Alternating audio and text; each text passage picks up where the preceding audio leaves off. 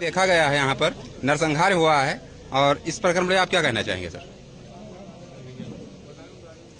उत्तर प्रदेश में जंगलराज है, जिसके नाते आए गए दिन इस प्रकार की हत्याओं का सिलसिला लगातार चल रहा है। 24 घंटे के अंदर अभी उत्तर प्रदेश में शैलेंद्र मौर्य सहित 13 हत्याएं हुई, यानी 24 घंटे के अंदर 13 मौतें इस बात को साबित करती हैं कि किस तरीके से हत्यारे बेखौफ होकर कानून की धज्जियां उड़ा रहे हैं। योगी सरकार इन गुंडे माफिया अपराधियों के सामने घुटना टेक चुके हैं। योगी जी बड़ी बड़ी डीग हाँकते हैं।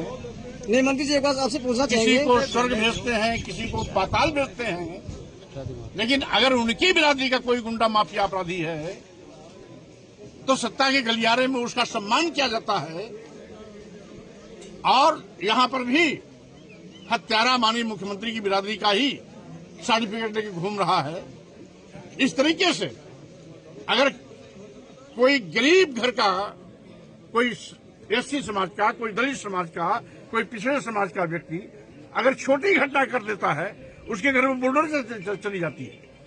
लेकिन चूंकि यहाँ के कुख्यात माफिया अपराधी ठाकुर बिरादरी के हैं, माननीय मुख्यमंत्री से उनका जात का नाता है, इसलिए ये सरकार ऐसे लोगों के घरों पर बुलडोजर नहीं चलाई जाती है।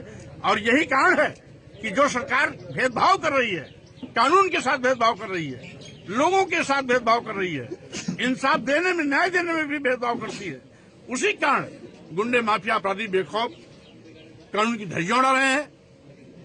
सरकार निकम्मी साबित हो रही है। प्रदेश का कानून व्यवस्था ध्वस्त हो चुकी है।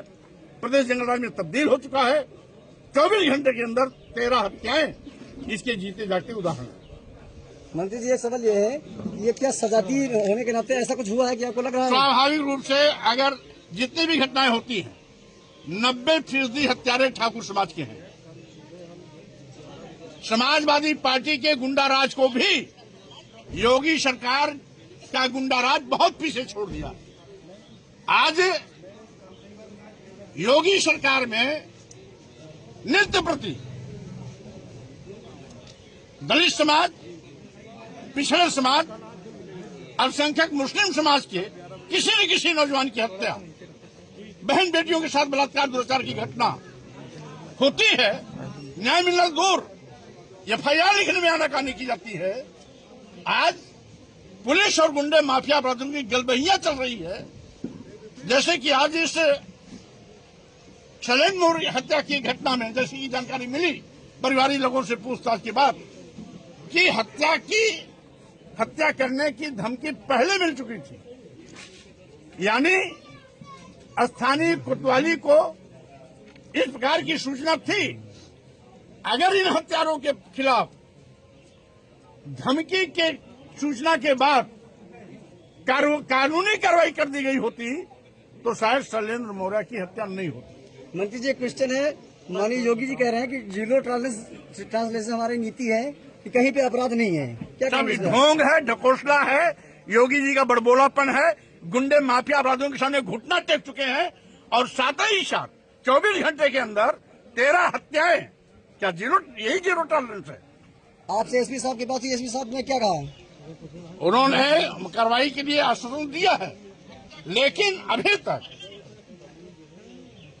अपराधियों के घर पर बुलडोजर नहीं पहुंचा, जबकि उनकी दुकानें भी गौर समाज के घूरा पर बने हुए हैं।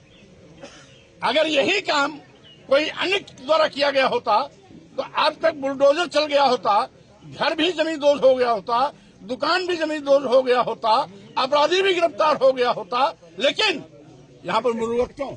इसलिए कि माननीय मुख्यमंत्री की बिरादरी का अपराधी है, इसीलिए ना। और जब कानून में भेदभाव। अगर आप ये वीडियो YouTube पर देख रहे हैं तो हमारे चैनल को सब्सक्राइब करें और बेल आइकन को दबाना ना भूलें। अगर आप Facebook पर ये वीडियो देख रहे हैं तो हमारे पेज को लाइक करें।